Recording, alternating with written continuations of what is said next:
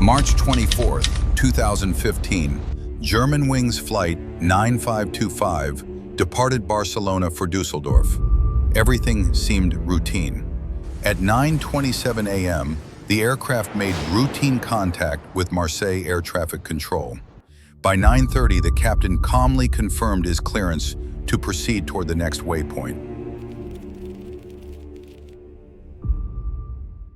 The flight was cruising smoothly, normal European airspace. Controllers noticed the plane was nearly 2,000 feet below its assigned altitude. Worse, it was still descending. Repeated calls to the crew went unanswered. French air defense and nearby aircraft tried to reach them. Silence. At 9:40, radar contact was lost. 1 minute later, Flight 9525 crashed into the French Alps. Investigators later pieced together the final moments. At cruising altitude, the captain left the cockpit to use the restroom. Almost immediately, the autopilot was set to descend. When the captain returned, the cockpit door was locked. The co-pilot had taken control. Airbus cockpit doors, reinforced after 9/11, prevent unauthorized entry.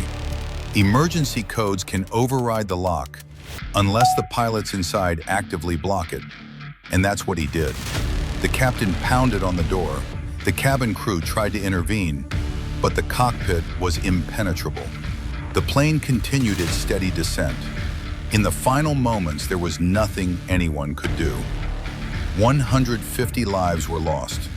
144 passengers, 4 crew members, and both pilots.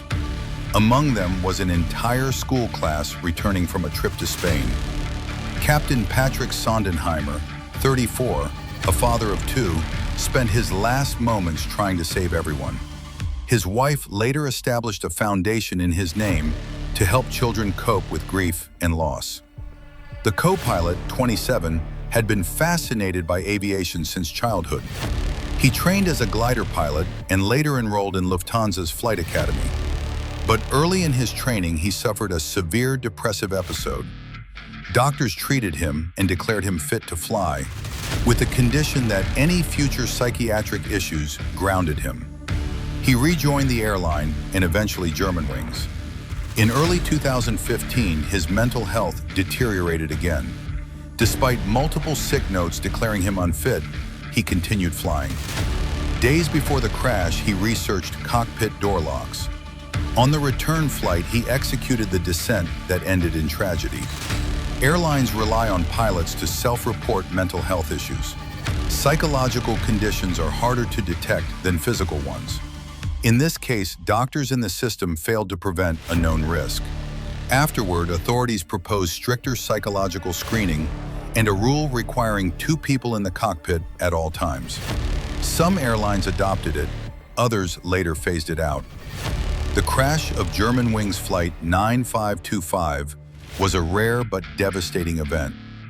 Lufthansa compensated families, but no money could replace the lives lost. It exposed vulnerabilities in aviation safety, not in engineering, but in human oversight.